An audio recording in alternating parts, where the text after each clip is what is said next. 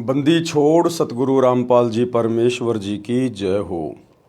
परमपिता परमात्मा सारी सृष्टि के रचनहार, कुल मालिक, असंख्य ब्रह्मांडों के स्वामी, जगत गुरु, तीनों लोकों में प्रवेश करके सबका भरण पोषण करने वाले राजाधिराज, आत्माधार, नाथों के नाथ, देवों के देव महादेव, सर्वेश्वर महेश्वर, मृत्युंजय, अजरो अमर, आदि अनादि सनातनी प्रभु, जगत पिता जगदीश्वर, श्री श्री 1008 की उपाधि के वास्तविक अधिकारी, अकाल मूरत शब्द स्वरूपी राम वासुदेव, सर्वगतम ब्रह्म, परम पूज्य, प्रथम पूज्य, परम संत, परम पुरुष, परम धनी, परम दयालु, सत्य कबीर, हक्का कबीर, अल्लाह कबीर, अल्लाह अकबर, बाखबर, अल्लाह ताला, जगत के तारणहार, जगत के मुक्तिदाता, जगत के जगन्नाथ, हारे के सहारे, हिंदुओं के राम, मुसलमानों के अल्लाह, सिखों के वाहिगुरु, ईसाइयों के मसीह, दया के सागर दयानिधि, करुणा के सागर करुणानिधि, स्वयंभू परिभू, संकट मोचन, कष्ट हरण, मंगल करण, दुख भंजन, अविगत कबीर, निर्विकार निर्विषम परमात्मा, अलय अलेख सतगुरु, आदि अनादि सतगुरु, असली मर्यादा पुरुषोत्तम, असली राम, असली कृष्ण, असली घनश्याम, असली मुरारी, राजाओं के राजा, महाराजाओं के महाराजा, शहंशाहों के शहंशाह, सम्राटों के सम्राट, भगवानों के भगवान, अल्लाहों के अल्लाह, प्रभुओं के प्रभु, मसीहाओं के मसीह, सच्चे वाहिगुरु, बाबाओं के बाबा, पीरों के पीर, सेठों के सेठ, जगत सेठ, सावड़सा सेठ, सर्वगुण संपन्न, अनंत कोटि कलाओं के स्वामी, अनंत कोटि ब्रह्मांडों के नायक, योगियों में महायोगी, ध्यानियों में महाध्यानी, सिद्धों में परम सिद्ध, ज्ञानियों में तत्वज्ञानी, ब्रह्म ज्ञानी, महाज्ञानी, परम ज्ञानी, सर्वश्रेष्ठ ज्ञानी, विज्ञानी, युवा कबीर, समरथ कबीर, असंवाद, अमित ओजा, सच्चे रहनुमा, करीम अल्लाह, सुभान अल्लाह, दुनिया के अंतिम पैगंबर, 8 सितंबर 1951 से गांव धनाना, जिला सोनीपत, हरियाणा, भारतवर्ष की पावन भूमि पे प्रकट रियल कल्कि भगवान श्री नारायण साकार हरि, श्री बाबा साहेब नूर अनंत परमात्मा, संत शिरोमणि सतगुरु रामपाल जी परमेश्वर जी के चरण कमल में साध संगति से जुड़े हुए देश विदेश से आप और हम सभी सत्सेवक भाई बहनों का अनंत कोटि दंडवत प्रणाम। सत्साई भाई और बहनों, दया परमपिता परमेश्वर जी की, सतगुरु रामपाल जी की, जिनके विशेष आशीर्वाद से, शुभ आशीर्वाद से, उन्हीं के कर कमल से लिखित पवित्र पुस्तक जीने की राह के ऊपर वीडियो बनाने की श्रृंखला जारी है। इसी श्रृंखला में आज हमारा ये 12वें नंबर का वीडियो है। प्रत्येक वीडियो में गुरुदेव भगवान के आशीर्वाद से हमें भक्ति मार्ग के संबंध में बहुत सारी नई नई बातें प्राप्त हो रही हैं। भाई और बहनों, ये पवित्र पुस्तक जीने की राह आपका जीवन अवश्य बदल देगी यदि आपने इस पुस्तक को गौर से एक बार पूरा पढ़ा तो। और यदि आप सतगुरु रामपाल जी के YouTube पर सत्संग सुनने लग जाएंगे तो आपका सब कुछ ही पलट जाएगा। आपको वास्तव में इस बात का पता चलेगा कि मेरा जन्म क्यों हुआ है, ये मनुष्य योनि स्त्री या पुरुष की मुझे क्यों प्राप्त हुई है। यदि मैं इस मनुष्य शरीर को बच्चे पैदा करके उनका पालन पोषण करके और अंत में मर जाता हूं, तो यह कार्य तो अन्य योनियों में पशु पक्षी भी कर रहे हैं। फिर भला मेरे में और पशु पक्षियों के जीवन में क्या अंतर रह गया। यदि परमात्मा ने मुझे अन्य योनियों से सर्वश्रेष्ठ स्त्री या पुरुष का ये मनुष्य शरीर प्रदान किया है तो अवश्य इसका कार्य भी कुछ विशेष है जिसको मैं अभी जानता नहीं हूं। ये जानकारी आपको सतगुरु की पवित्र पुस्तकें पढ़ने से या फिर YouTube पर उनके सत्संग सुनने से ही प्राप्त होगी। तो आप जी से प्रार्थना करेंगे, यदि आपने अभी तक जीने की राह पुस्तक पर बन रहे वीडियो को शुरू से देखना प्रारंभ नहीं किया है तो पार्ट नंबर 1 से देखना ज़रूर शुरू करें, क्योंकि पार्ट नंबर 1 इसकी भूमिका है और भूमिका को अच्छे से देखे बिना, पढ़े बिना आगे का वीडियो समझना थोड़ा मुश्किल है। तो आज के वीडियो में हम शुरू करेंगे पार्ट नंबर 12। पिछले वीडियो में गुरुदेव भगवान ने हमें बताया कि किस प्रकार से संतों के सत्संगों ने संत की शरण में जाने से परिवार जो बर्बादी के कगार पे थे, विनाश के मुहाने पे थे, आज वो संत परिवार बन चुके हैं, ऋषि परिवार बन चुके हैं। उनका घर परमेश्वर ने स्वर्ग बना दिया है, जिनका घर नरक बना हुआ था। फिर गुरुदेव ने एक विधवा औरत रामों की कथा हमें बताई कि रामों का पति शादी के कुछ ही वर्षों बाद में मर गया था उसका एक पुत्र था करमपाल, जो बड़ा होकर कुसंगति में पड़ने के कारण शराब पीने लग गया था और चोरी करने लग गया था। और कैसे उस रामों की पड़ोसन एक दिन अपने गुरुजी को भोजन करवाने के लिए, खीर बनाने के लिए, दूध लेने के लिए रामों के घर गई और रामों से उसने सत्संग में चलने की बात कही। लेकिन रामों ने बहुत सारे बहाने बनाए कि बहन, मेरे सिर पे पति का साया नहीं है, इसलिए लोग मुझे ताने मारेंगे, मैं तो वैसे ही बहुत ज़्यादा दुखी कर रखी हूँ। फिर उस बहन ने बताया कि बहन, हमें समाज को नहीं देखना, हमने लोक लाज में नहीं पड़ना चाहिए। कल को ये समाज तेरा कहाँ तक साथ देगा? कल को शरीर छूटेगा, 84 लाख योनियों में जाएगी, ये समाज तेरा कहाँ तक साथ देगा? आपने सत्संग में जरूर चलना चाहिए, गुरुजी की शरण ग्रहण कीजिए। संतों की शरण में आने से जीवन बदल जाता है। यदि बच्चों के बुरे संस्कार होते हैं तो संतों के आशीर्वाद से उनके संस्कार भी चेंज हो जाते हैं। हो सकता है तेरा बेटा भी सुधर जाए यदि गुरुजी का आशीर्वाद मिल जाए तो। और बहन को बहुत अच्छी प्रकार से समझाया कि जिस प्रकार मीराबाई ने समाज से संघर्ष किया। मीराबाई राजपूत समाज से थी और आज से 500 साढ़े 500 वर्ष पहले राजपूत समाज अपनी बहन बेटियों को घर से बाहर नहीं निकलने दिया करते थे, पर्दे में रखा करते थे। लेकिन मीरा को जब ज्ञान समझ में आया, सत्संग समझ में आया, तो मीरा ने ना समाज देखा, ना परिवार देखा, ना वो जाति देखी, और मीरा भक्ति पर सफल हुई और अपना आत्म कल्याण करवाया। यदि वो मीराबाई लोकलाज में आ जाती, दुनिया की बातों में आ जाती, सत्संगों में ना जाती, तो आज कहीं वो कुतिया बन के घूम रही होती। और फिर उस कस्तूरी बहन ने बताया रामों को कि आगे किस प्रकार से मीरा को मारने का प्रयास किया गया उसके देवर के द्वारा। जब मीरा सत्संग में जाती थी, उसका परिवार उसका विरोधी हो गया था। उसका जो देवर था राणा, जो उसके पति की मृत्यु के बाद में राजा बना था, वो मीरा को हर प्रकार से सत्संग में जाने से रोकता था, टोकता था। हर प्रकार से मीरा को मारने का प्रयास किया। एक पेटी में विषैला सर्प बंद करके मीरा के पास भेजा ताकि मीरा को डस लेगा और मृत्यु हो जाएगी। लेकिन संतों के प्रताप से वो विषैला सर्प भी 9 लखा हार बन गया। उसके बाद फिर उस मीरा को जहर से मारने का प्रयास किया गया। तो आगे की कथा वो कस्तूरी बहन उस रामो बहन को मीरा के बारे में क्या सुना रही है।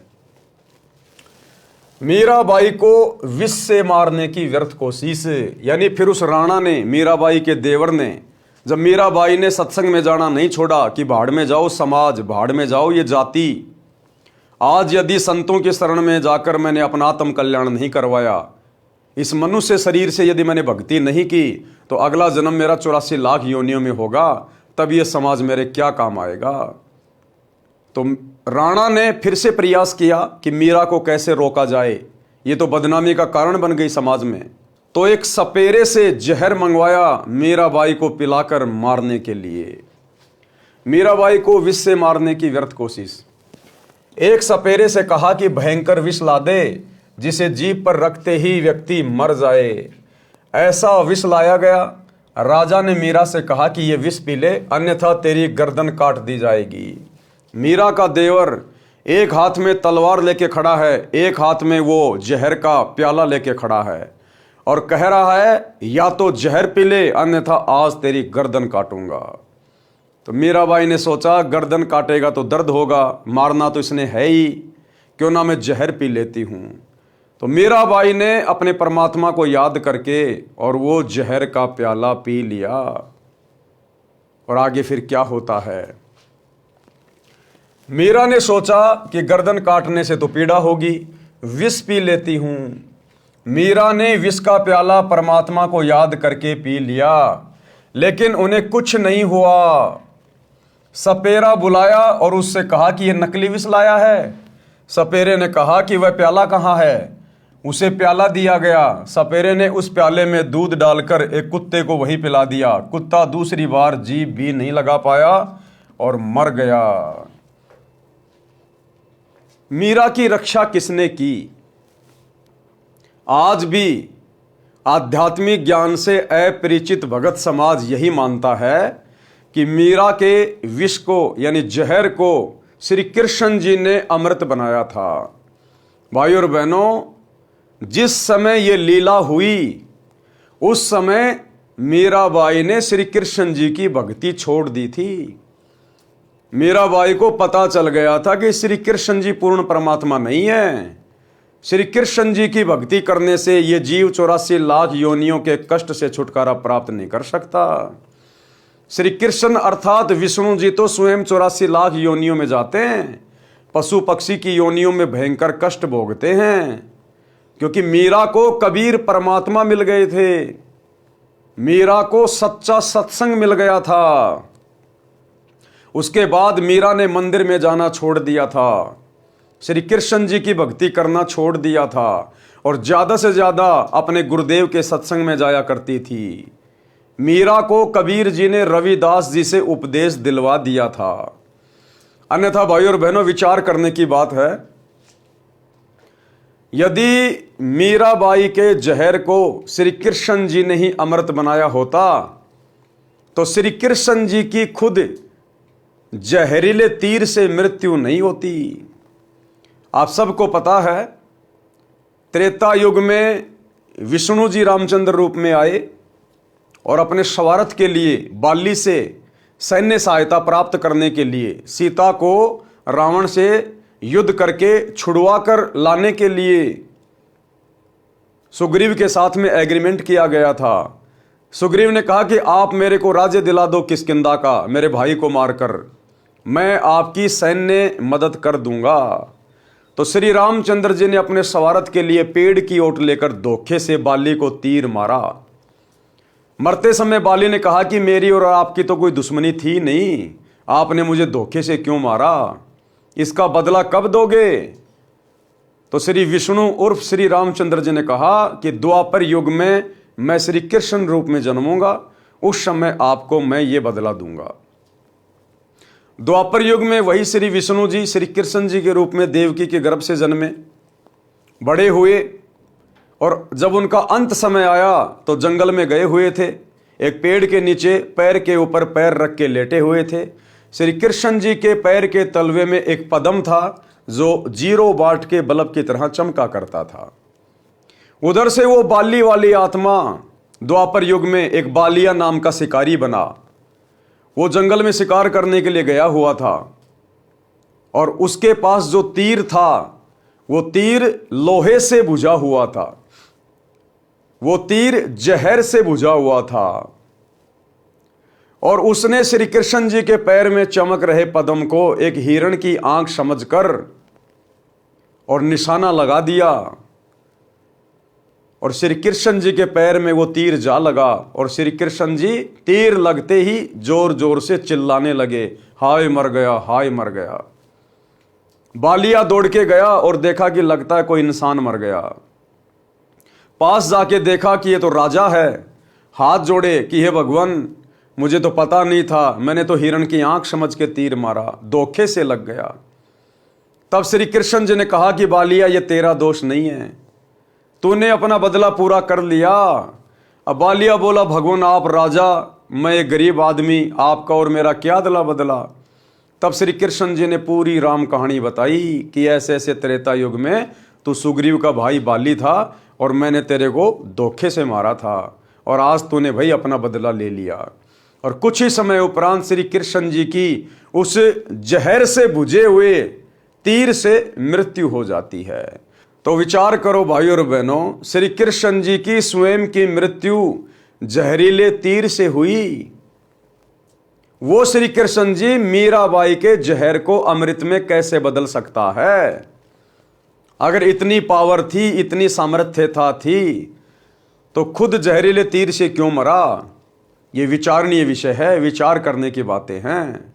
जिस समय मीराबाई ने जहर का प्याला पिया और वो जहर अमृत में परिवर्तित हुआ, उस समय मीराबाई ने श्री कृष्ण जी की भक्ति को त्याग दिया था, क्योंकि उन्हें रविदास जी की शरण प्राप्त हो चुकी थी। इसलिए मीराबाई की जान बची। तो राणा ने देखा कि यह तो जहर पिलाने से भी नहीं मरी। उसके बाद में राणा ने मीराबाई को छूट दे दी और 2-4 बॉडीगार्ड उसके साथ भेजने शुरू कर दिए, ताकि लोग ये ना कहें कि यह अकेली जाती है। तो भाइयों और बहनों, इसी प्रकार यदि हम थोड़ा सा संघर्ष करेंगे, जिन परिवारों में आप जियों को आसानी से सत्संग नहीं सुनने दिया जाता, आप माता बहनों को सत्संगों में नहीं जाने दिया जाता, आप माता बहनें थोड़ी सी हिम्मत करें, थोड़ी सी दृढ़ता अपने अंदर लेके आए। ये मीराबाई के उदाहरण आप और हम जो सुनते हैं, ये हमें शिक्षा देती हैं ये कथाएं। आज यदि आपने परिवार की लोक लाज में आकर, अपने पति या ससुर के दबाव में आकर, यदि आज आपने संत की शरण ग्रहण नहीं की, जो कि पृथ्वी पे आए हुए हैं, अगले जन्म में 84 लाख योनियों में डेरा होगा। उस समय ना आपका वो पति काम आएगा, ना आपकी सास और ससुर काम आएंगे। जो वस्तु आपके काम आनी थी, आपका गुरु, वो भक्ति धन, वो आपने लोकलाज में आकर अपने से दूर रखी। इसलिए मीराबाई की कथा हमें संघर्ष करने की प्रेरणा देती है। राजा ने देख लिया कि यह किसी तरह मरने वाली नहीं है, तब उसको मंदिर में जाने से नहीं रोका। अंत में राणा को सरेंडर करना पड़ा, यानी भगत की दृढ़ता के सामने उसने संघर्ष किया। जब मीराबाई 550 साल पहले संघर्ष कर सकती है, तो आजकल तो सरकार ने माता बहनों को बहुत सारे अधिकार दे रखे हैं। आज माता बहनें संघर्ष क्यों नहीं कर सकती? लेकिन संघर्ष उस समय करेंगी जब थोड़े बहुत गुरुदेव के सत्संग सुनना शुरू करेंगी, जब उन्हें अपने आत्म कल्याण की चिंता होगी कि भक्ति करना कितना अनिवार्य है, चाहे स्त्री हो चाहे पुरुष हो। आज अगर भक्ति नहीं की तो ये पति, ये कार, ये कोठी, ये इज्जत, ये जायदाद सब यहीं की धरी रह जाएगी। अगले जन्म में मैं कुतिया बन के घूमूंगी, तब मेरा पति मेरा कोई बचाव नहीं करेगा। तो जब हम गुरुदेव के सत्संग सुनेंगे, पुस्तकें पढ़ेंगे, हमारे अंदर भक्ति की प्रेरणा उठेगी, और फिर यदि कोई समस्या आती है घर परिवार में, तभी तो हम संघर्ष करेंगे। तो सबके घर में मोबाइल है, दिन भर में फालतू के शॉर्ट वीडियो, रील वगैरह देखते हो, दुनिया भर के फालतू के अश्लील वीडियो देखते रहते हो। थोड़ा थोड़ा कोशिश करो, गुरुदेव के यूट्यूब पर सत्संग सुनो। राजा ने देख लिया कि यह किसी तरह मरने वाली नहीं है, तब उसको मंदिर में जाने से नहीं रोका। उसके साथ कई नौकरानी तथा पुरुष रक्षक भी भेजने लगा कि लोग ये नहीं कहेंगे कि आवारागर्दी में जाती है। मीराबाई को सतगुरु की शरण मिलना, फिर वो कस्तूरी बहन जो खीर के लिए दूध लाने गई थी रामो बहन के पास में, अब वो रामो बहन को फिर आगे बता रही है कि किस प्रकार से मीराबाई को सतगुरु ने अपनी शरण में लिया। जिस श्री कृष्ण जी के मंदिर में मीराबाई पूजा करने जाती थी, उसके रास्ते में एक छोटा बगीचा था, उसमें कुछ घनी छाया वाले वृक्ष भी थे। उस बगीचे में परमेश्वर कबीर जी तथा संत रविदास जी सत्संग कर रहे थे। सुबह के लगभग 10 बजे का समय था। मीरा जी ने देखा कि यहां परमात्मा की चर्चा या कथा चल रही है। कुछ देर सुनकर चलते हैं। परमेश्वर कबीर जी ने सत्संग में संक्षिप्त सृष्टि रचना का ज्ञान सुनाया। कहा कि श्री कृष्ण जी यानी श्री विष्णु जी से ऊपर अन्य सर्वशक्तिमान परमात्मा है। जन्म मरण समाप्त नहीं हुआ तो भक्ति करना न करना एक समान है। जन्म मरण तो श्री कृष्ण जी अर्थात श्री विष्णु जी का भी समाप्त नहीं है, उनके पुजारियों का कैसे होगा? जैसे हिंदू संत जन कहते हैं कि गीता का ज्ञान श्री कृष्ण अर्थात श्री विष्णु जी ने अर्जुन को बताया। गीता ज्ञान दाता गीता अध्याय 2 श्लोक 12, अध्याय 4 श्लोक 5, अध्याय 10 श्लोक 2 में स्पष्ट कर रहा है कि हे अर्जुन, तेरे और मेरे बहुत जन्म हो चुके हैं, तू नहीं जानता, मैं जानता हूं। इससे स्वयं सिद्ध है कि श्री कृष्ण जी का भी जन्म मरण समाप्त नहीं है, यह अविनाशी नहीं है। इसलिए गीता अध्याय 18 श्लोक 62 में गीता बोलने वाले ने कहा है कि हे भारत, तू सर्वभाव से उस परमेश्वर की शरण में जा, तू सर्वभाव से उस परमेश्वर की शरण में जा। उस परमेश्वर की कृपा से ही तू सनातन परम धाम को तथा परम शांति को प्राप्त होगा। गीता बोलने वाला भगवान अर्जुन को कह रहा है अध्याय 18 श्लोक 62 में कि हे भारत, तू सर्वभाव से उस परमेश्वर की शरण में जा जिसकी शरण में जाने से तू परम शांति को और सनातन परम धाम को प्राप्त होगा। यानी गीता बोलने वाले भगवान ने अपनी भक्ति को कैंसिल कर दिया कि मेरी भक्ति करने से जन्म मरण का रोग नहीं कटेगा, मेरी भक्ति करने से तुझे वो परम सनातन धाम जहां जाने के बाद वापस जन्म मरण में नहीं आना होता, तुझे वो प्राप्त नहीं हो सकता। मेरी भक्ति करते रहने से तेरे को परम शांति नहीं मिल सकती। अगर दुनिया ये सोचती है कि श्री कृष्ण जी ने गीता जी का ज्ञान कहा है, तो श्री कृष्ण जी ने अपनी खुद की भक्ति को रिजेक्ट कर दिया कि अर्जुन, मेरी भक्ति से तुझे कुछ नहीं मिलने वाला।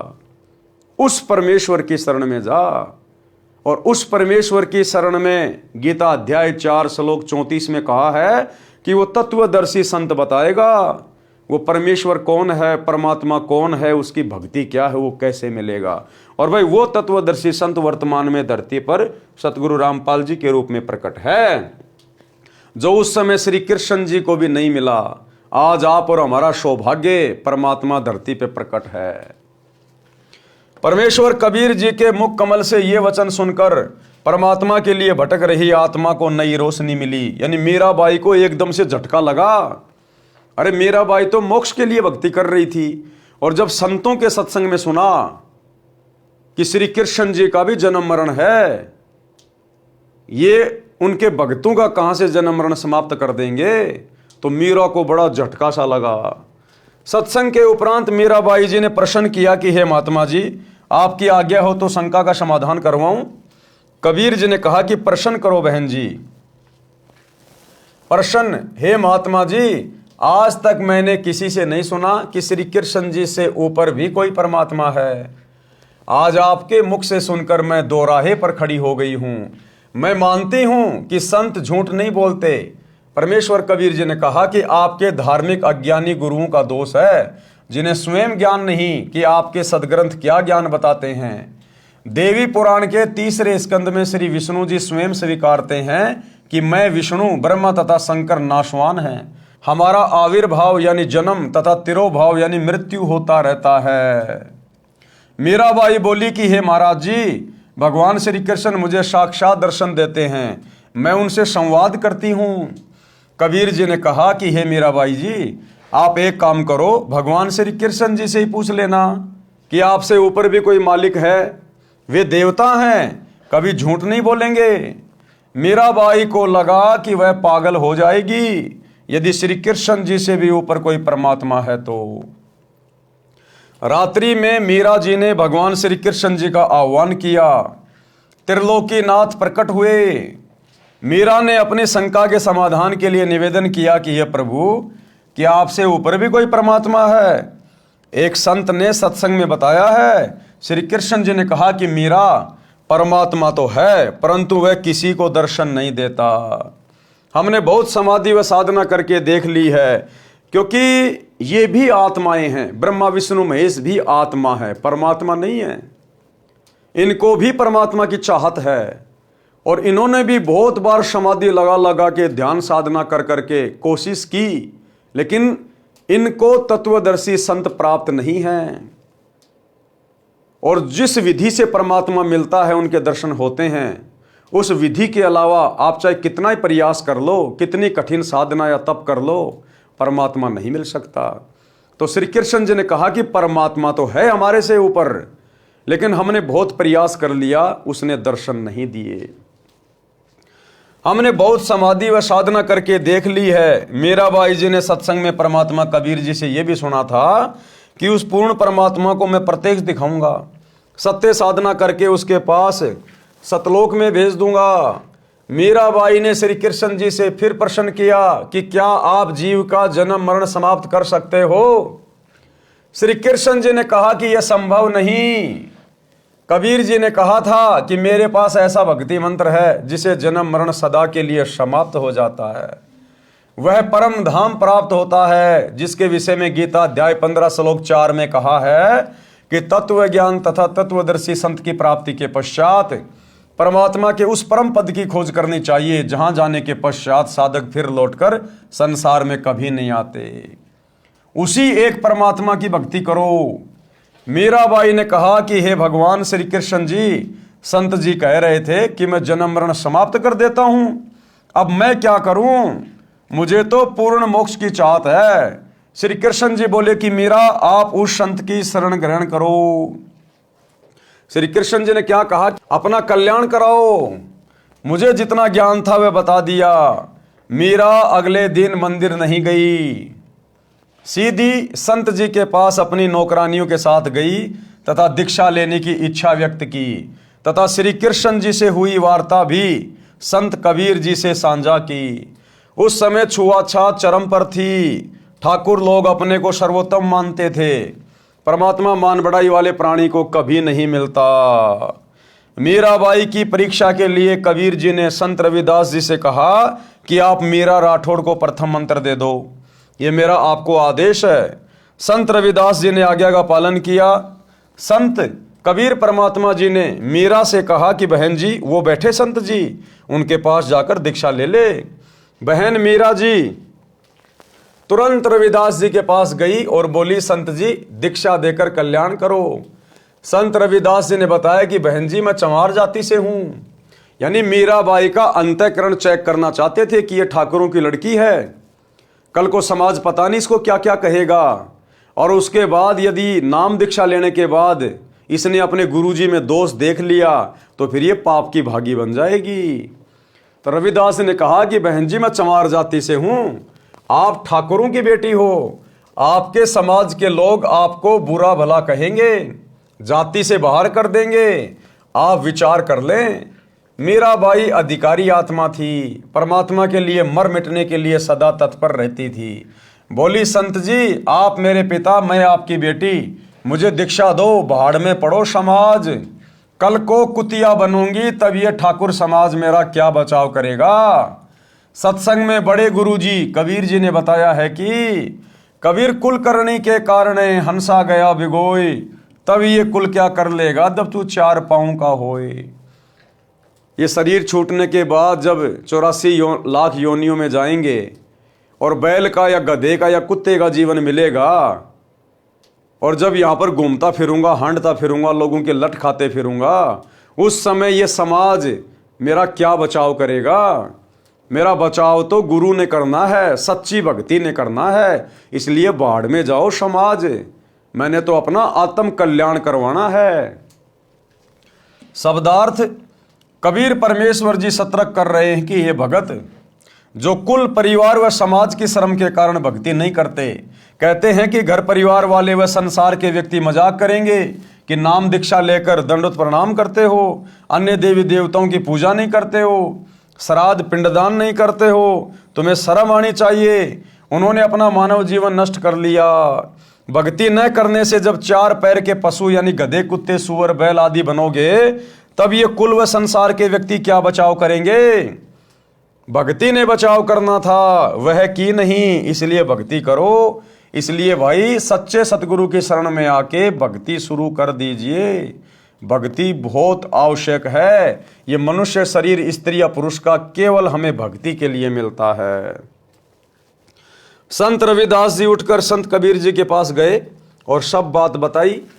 परमात्मा बोले कि देर ना कर, ले आत्मा को अपने शरण में। उसी समय संत रविदास जी ने बहन मीरा को प्रथम मंत्र केवल 5 नाम दिए। ये 5 नाम शरीर में बने कमलों को खोलने वाले हैं, राधा स्वामी पंथ वाले नहीं हैं तथा ना दामाखेड़ा गद्दी वाले से दिए जाने वाले हैं। उनसे भिन्न मोक्ष में सहयोगी मंत्र हैं। मीराबाई को बताया कि ये इनकी पूजा नहीं है, इनकी साधना है। इनके लोक में रहने के लिए, खाने पीने के लिए जो भक्ति धन चाहिए वो इन मंत्रों से ही मिलता है। यहाँ का ऋण उतर जाता है, फिर मोक्ष के अधिकारी होते हैं। परमात्मा कबीर जी तथा संत रविदास जी वहाँ 1 महीना रुके। मीराबाई पहले तो दिन में घर से बाहर जाती थी, फिर रात्रि में भी सत्संग में जाने लगी, क्योंकि सत्संग दिन में कम तथा रात्रि में अधिक होता था। कोई दिन में समय निकाल लेता, कोई रात्रि में। मीरा के देवर राणा जी मीरा को रात्रि में घर से बाहर जाता देखकर जल भुन गए। परंतु मीरा को रोकना तूफान को रोकने के समान था, क्योंकि मीराबाई को आत्म कल्याण का चस्का लग गया, मीराबाई को ज्ञान समझ में आ गया, मीराबाई सही ठोर ठिकाने संत के चरणों में लग गई। भला फिर उस आत्मा को कौन रोक दे, जिस आत्मा को अपना मोक्ष दिखाई दे, जिस आत्मा को इस गंदे संसार की वास्तविकता समझ में आ जाए और सच्चे सतगुरु की पहचान हो जाए, फिर उस आत्मा को भला कौन रोक सकता है। उस आत्मा को रोकना तो तूफान को रोकने के समान है। तो उसके देवर ने देखा, भाई ये तो बिल्कुल भी मानने वाली नहीं है, पहले तो दिन में जाती थी, अब ये रातों को भी जाने लग गई।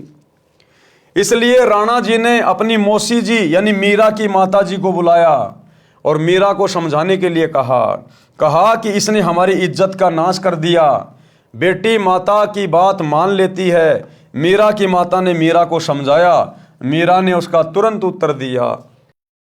एक शब्द के माध्यम से गुरुदेव भगवान ने मीराबाई और मीराबाई की जो माँ थी उन दोनों के बीच की वार्ता को समझाया है। सत्संग में जाना मीरा छोड़ दे, सत्संग में जाना मीरा,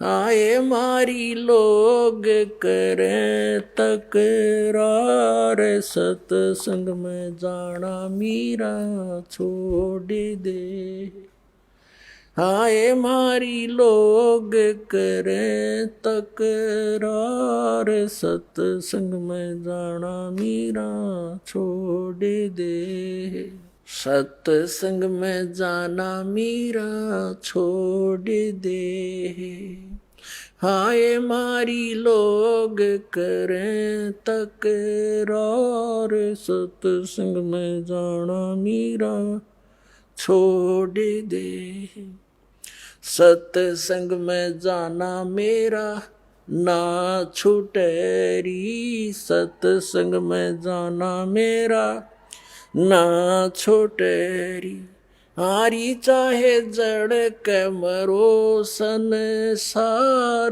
सत्संग में जाना मेरा,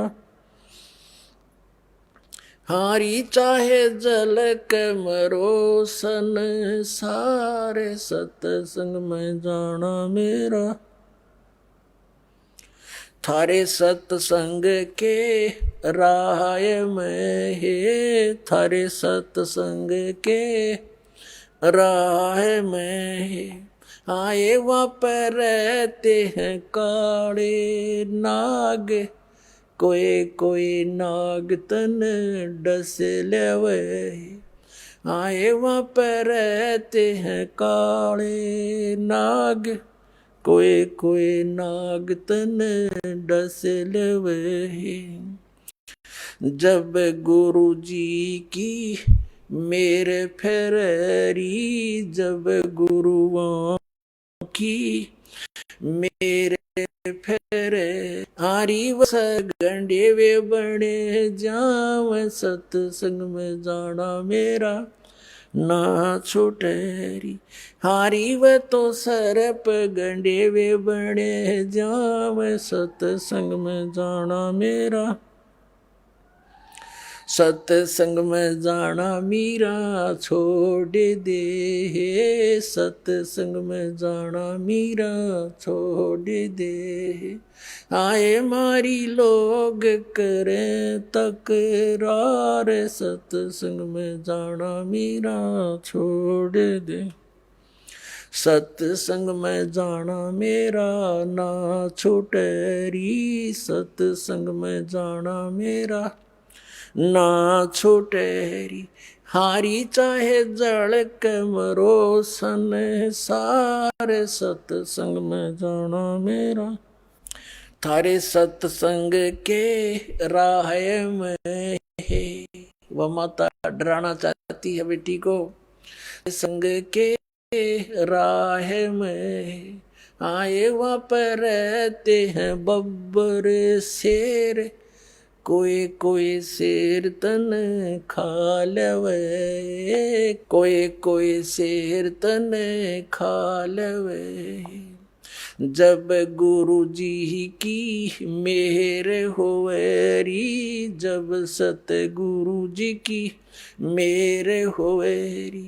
हारी वो तो शेरों के गिदड़ बने जावे, सत्संग में जाना मेरा ना छुटेरी। हारी वो तो शेरों के गिदड़ बने जावे, सत्संग में जाना मेरा ना छुटेरी।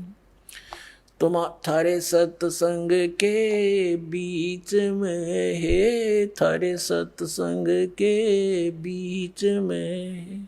हाँ ये वहाँ पर रहते हैं साधु संत, कोई कोई संत तन ले रमे। हाँ ये वहाँ पर रहते हैं साधु संत, कोई कोई संत तन ले रमे। तेरे री मन में माता पाप हैरी, तेरे री मन में माता पाप हैरी। वो संत मेरे माँ बाप हैरी, वो संत मेरे माँ बाप हैरी। हारी वह तो कर देंगे बेड़ा पार, सत्संग में जाना मेरा ना छुटेरी। हारी वे तो कर देंगे बेड़ा पार, सत्संग में जाना मेरा ना छुटेरी। सत्संग में जाना मेरा छोड़ दे, सत्संग में जाना मेरा छोड़ दे। हाँ ये मारी लोग करें तकरार, सत्संग में जाना मेरा छोड़ दे। सत्संग में जाना मेरा ना छोटेरी, सत्संग में जाना मेरा ना छोटेरी। हारी चाहे जड़ के मरो संसार, सत्संग में जाना मेरा ना छूटेरी। वो तो जात चमार है, वो तो जात चमार है, इसमें हमारी आर है, इसमें हमारी आर है। तेरे री लिख माता चमार हैरी, तेरे लिख माता चमार हैरी। मेरा सिरजन और हैरी, मेरा सिरजन और हैरी। हारी व तो मीरा के गुरु रविदास, सत्संग में जाना मेरा ना छुटेरी।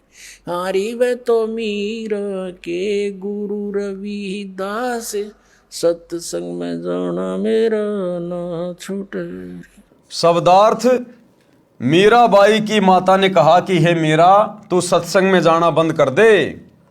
संसार के व्यक्ति हमारे विषय में गलत बातें करते हैं। मीरा ने कहा कि हे माता, मैं सत्संग में जाना बंद नहीं करूंगी। संसार भले ही ईर्ष्या की आग में जलकर मर जाए।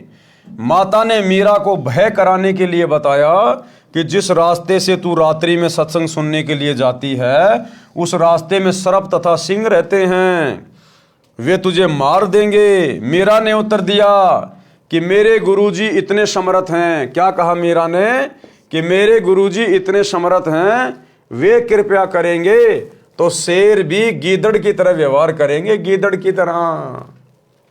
और सर्प ऐसे निष्क्रिय हो जाएंगे जैसे गंडेवे प्राणी होते हैं, जो सर्प जैसे आकार के होते हैं परंतु 6 या 8 इंच के लंबे और आधा इंच गोलाई के मोटे होते हैं, वे डसते नहीं हैं। मीरा की माता ने फिर कहा कि सत्संग सुनने वाले स्थान पर कुछ युवा भगत पुरुष भी रहते हैं, कोई तेरे को कहीं ले जाएगा और गलत कार्य करेगा। मीरा ने उत्तर दिया कि हे माता, आपके मन में दोष है, इसलिए आपके मन में ऐसे विचार आए हैं। हे माता, वे संत व भगत तो मेरे माता पिता के समान हैं, वे ऐसा गलत कार्य नहीं करते। मीरा की माता ने छुआछात के कारण मीरा को रोकना चाहा और कहा कि हे मीरा, तेरा गुरु रविदास तो अनुसूचित जाति का चमार है, इससे हम राजपूतों की बेइज्जती हो रही है। सत्संग में जाना बंद कर दे। मीरा ने कहा कि हे माता, आपके विचार से मेरे गुरुजी अनुसूचित जाति के चमार हैं। मेरे लिए तो मेरे परमात्मा हैं, मैं उनकी बेटी, वे मेरे पिता हैं। सत्संग में जाना बंद नहीं होगा। जब ज्ञान समझ में आ जाता है, अपने आत्मा के कल्याण की तरफ आत्मा आगे को बढ़ने लगती है, फिर ये समाज, ये परिवार कुछ भी नहीं कर सकता, कुछ भी, क्योंकि फिर हमारे साथ में सतगुरु हो जाता। सतगुरु, जो सतगुरु मीराबाई के साथ में था और सारी बाधाएं परमात्मा साफ करता चला गया। अब ये सारी की सारी जो कथा है वो कस्तूरी बहन उस रामो बहन को बता रही है, जिस रामो बहन का पति युवा अवस्था में मर गया था, जिसका एक लड़का था जो बड़ा होकर चोरी करने लग गया, शराब पीने लग गया, बेचारी दुखी रहती थी। तो वो कस्तूरी बहन जब उसके पास दूध लेने गई तो उसको सारी बातें बता रही थी। ये कथा सुनकर राम प्यारी यानी रामो की आंखें सी खुल गई। अगले दिन कस्तूरी के साथ सत्संग में गई और एक सत्संग सुनते ही दीक्षा ले ली। फिर एक दिन के भोजन की सेवा मांगी। सब परिवारों ने कहा कि बहन, हम अपनी सेवा नहीं छोड़ सकते, क्योंकि उनके गुरुजी आए हुए थे महीने 2 महीने के लिए, सभी का नंबर बंधा हुआ था गुरुजी को भोजन करवाने का। तो राम प्यारी बहन ने कहा कि मैं भी गुरुजी को भोजन कराऊंगी, मुझे भी कोई एक दिन का नंबर दे दे। लेकिन सेवा कौन छोड़े, कोई सेवा छोड़ने को तैयार नहीं था। अंत में वो कस्तूरी बहन जो रामो बहन से दूध लेके गई थी, उसने कहा बहन कि कल मेरा नंबर है, तो कल सुबह का भोजन तो मैं दे दूंगी और शाम का भोजन तू करवा देना, अपन आपस में बांट लेंगे। सब परिवारों ने कहा कि बहन, हम अपनी सेवा नहीं छोड़ सकते, गुरुजी अगली बार आएंगे तब तेरी बारी लगवा देंगे। भगतमती रामो को तो पल की भी चैन नहीं थी, रोने जैसा चेहरा कर लिया। उसी समय कस्तूरी बोली कि बहन, आगे जब मेरी बारी आएगी तो सुबह का भोजन मैं करा दूंगी और रात्रि का भोजन आप करा देना। रामो की खुशी का ठिकाना नहीं रहा, कहीं कहीं पैर टिके। बारी आने पर रात्रि को भोजन तैयार किया। खीर, हलवा, सब्जी, मांडे, पतली पतली रोटी, फुलके बनाए। परंतु लीला सतगुरु की, क्योंकि परमात्मा तो अंतर्यामी है ना। संत शरण में आने से आई टले बला, जय मस्तक में सूली हो, कांटे में टल जा। परमात्मा को तो दिखाई दे रहा था ना कि वो किस दुख से दुखी है। उसका इकलौता बेटा बिगड़ गया है और अब उसका इकलौता बेटा बिल्कुल मौत के मुहाने पे है, मौत के मुहाने पे। क्योंकि जिस रात्रि रामोबाई ने अपने गुरुजी को भोजन करवाना था, उसी रात्रि रामोबाई के लड़के ने अपने दोस्तों के साथ राजा के महल में रानियों के गहने चोरी करने के लिए जाना था और उस दिन वो पकड़ा जाना था और उसको फांसी की सजा टूटनी थी, सूली की सजा। लेकिन रामो बहन के सत्संग में जाने से परमात्मा ने उसके परिवार की भी रक्षा की, उसके परिवार की भी रक्षा। इसलिए सच्चे सतगुरु के सत्संगों की, उनकी शरण की आवश्यकता पड़ती है। कैसे किया मालिक ने। परंतु लीला सतगुरु की, रामो को तेज बुखार हो गया, शरीर अंगार की तरह जलने लगा, एक कदम भी चलने की हिम्मत नहीं रही। उसी समय रामो का लड़का आ गया। बहन रामो ने कहा कि बेटा, आज मेरा एक काम कर दे, तेरा जिंदगी भर एहसान नहीं भूलूंगी।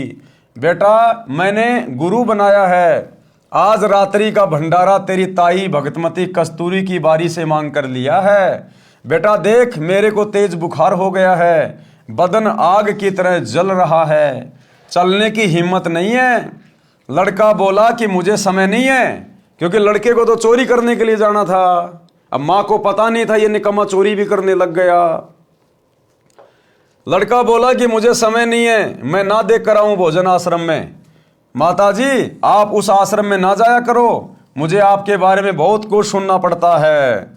यह सुनकर भगतमती रामो फूट फूट कर रोने लगी।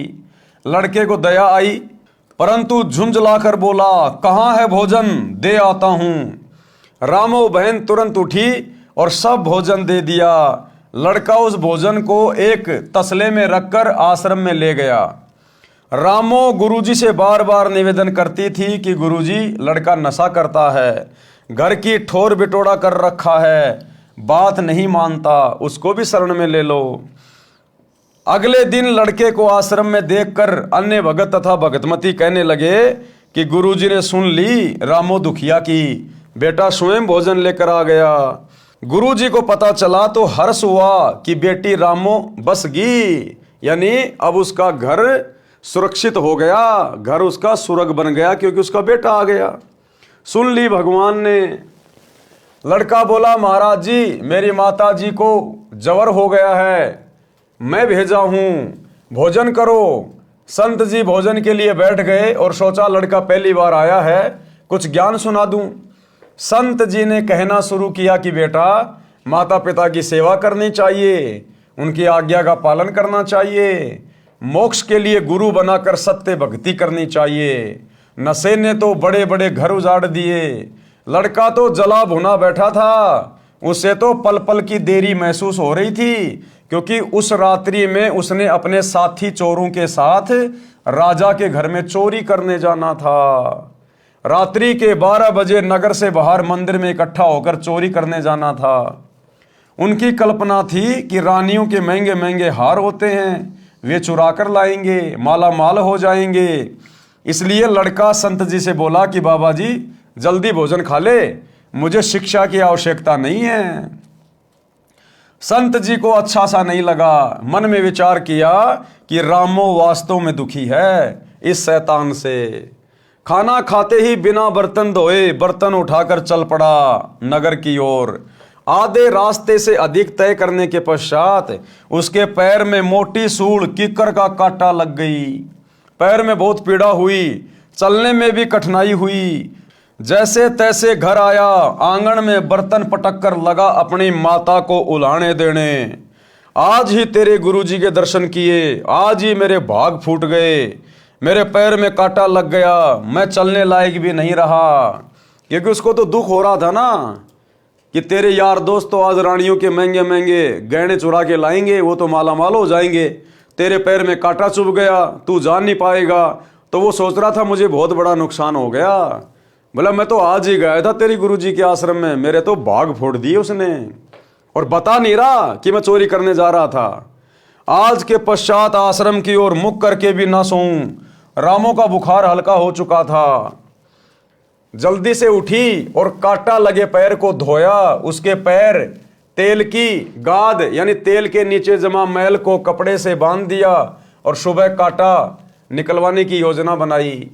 लड़का अपनी माता से बहुत लड़ा, ओछी मंदी बातें भी कही क्योंकि लड़के करमपाल को तो चोरी में शामिल न होने के कारण बड़ी हानि हुई लग रही थी। जैसे तैसे सुबह हुई, लड़के का कांटा निकलवा दिया। माता रामो घर के कार्य में लग गई। कुछ देर में एक बैंड बाजा बजता हुआ आया।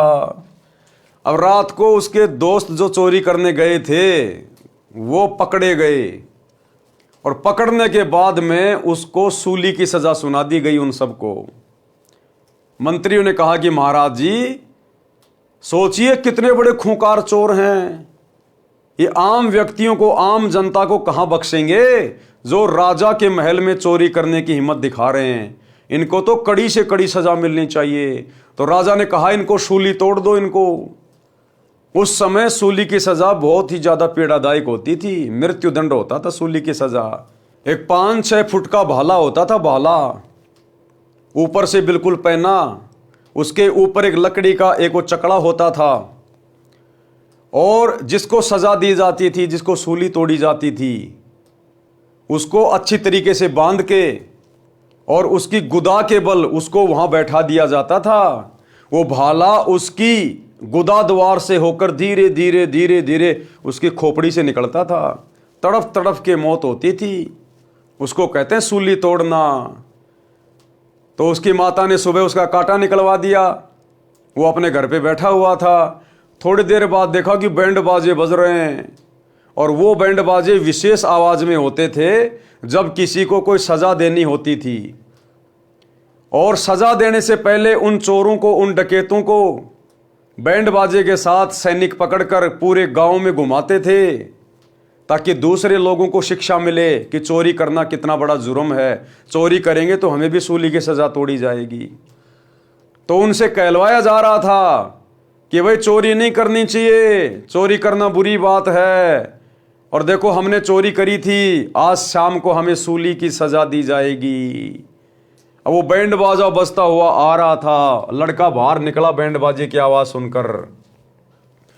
नगर निवासियों को पता होता था कि इस प्रकार का साजबाज उस समय शहर में बजाया जाता है जब किसी को मौत की सजा दी जाती है। इसलिए प्रत्येक व्यक्ति अपने अपने घरों के बाहर खड़े हो जाते थे और जाना करते थे कि किसको किस कारण सूली तोड़ा जा रहा है। राजा के सिपाही उन चारों व्यक्तियों से कहलवा रहे थे कि अपना दोष बताओ। वे कह रहे थे कि हम राजा के घर में चोरी करने गए थे, हमने घोर अपराध किया है, आज शाम को हमें सूली पर चढ़ाया जाएगा। कोई सुनता हो तो कभी ऐसी गलती ना करना। करमपाल को अपने साथी चोरों को पहचानते देर नहीं लगी। अब वो करमपाल नाम का लड़का, रामो का बेटा, वो अपने साथियों को तुरंत पहचान गया और माजरा भी समझ गया। रामो बोली कि ठीक हुआ, और करना चोरी, तुम्हें यही सजा चाहिए थी, करके खाया नहीं जाता। रामो अपने घर में चली गई। करमपाल द्वार पर भयभीत स्थिति में डरा डरा सा खड़ा रहा। फिर घर में जाकर जोर जोर से रोने लगा। रामो ने देखा कि करमपाल क्यों रो रहा है। पूछा कि बेटा क्या हो गया, कांटा भी निकल गया, अब क्या दर्द हो रहा है। करमपाल उठा और अपनी माता के सीने से लिपट गया। बोला, माँ भला हो आपके गुरुजी का, जिसने तेरे बेटे की सूली की सजा कांटे में टाल दी। अब उस करमपाल के समझ में आई कि रात्रि में वो कांटा तेरे पैर में क्यों लगा था। वो कांटा लगा नहीं था, वो सतगुरुदेव भगवान के द्वारा लगाया गया था, क्योंकि उसकी माँ सतगुरु की शरण में आ गई थी। और सतगुरु के शरण में आने के बाद उस परिवार पे फिर कोई आपत्ति नहीं आ सकती।